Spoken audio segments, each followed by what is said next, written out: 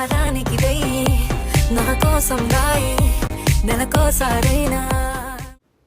ఒక అమ్మాయి 1000 రూపాయలు ఇస్తే సుఖం ఇస్తాను అనే భావంతో పాట పాడితే ఇదే మాసా, ఇది ఎంటర్టైన్మెంటా లేదంటే ఇది క్రియేటివిటీనా?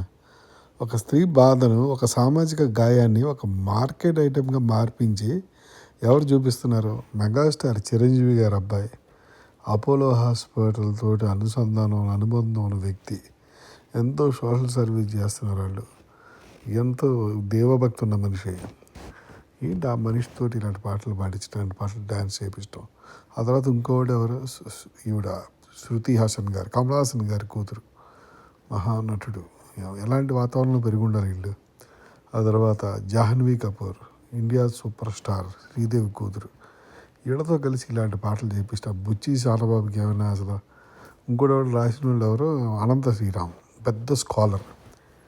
AR Rahman music. ఇవే ఆ పాటలు వీళ్ళు చేసేది. వ్యభిచారం అంటే వీళ్ళకి గ్లామర్ లాగా ఉందా? వ్యభిచారం అంటే ఒక పావర్టీ, కంపల్షన్, ఒక కళలు బ్రేక్ అయిపోయిన బ్రోకెన్ డ్రీమ్స్ అంటారు, హెల్ప్లెస్నెస్. ఒక అమ్మాయి తన శరీరాన్ని డబ్బు కోసం ఇవ్వాల్సిన స్థితిలో ఉంటే అది సెలబ్రేట్ చేసుకుంటారు. 1000 రూపాయలు ఇస్తే నేను ఎవరి వారం వస్తాను పాట. ఇది సొసైటీ ఫెయిల్యూర్, సిగ్గుపడాల్సిన విషయం.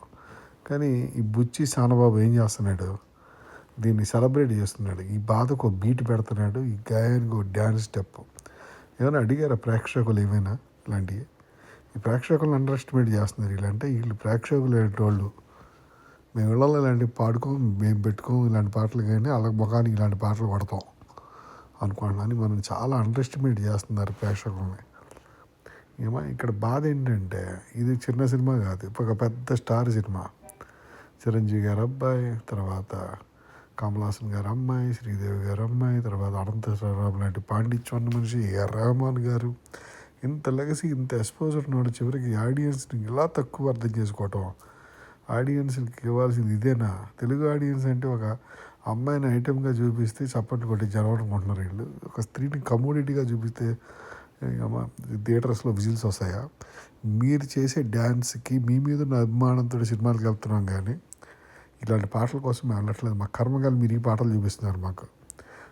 ఎలా మీరు తిరుపతిలో రద్దీ చూసారా? శ్రీశైలంలో రద్దీ చూసారా? ఒక దేవభక్తి, ఒక ఆశయో, ఒక ప్రిన్సిపల్ ఉండేవాళ్ళు మన తెలుగు ప్రజలు. వాళ్ళకి ఇలాంటి పాటలు ఎందుకు వదులుతున్నారు మీరు? ఏ లోకంలోనో నాకేది అర్థం కావట్లేదు.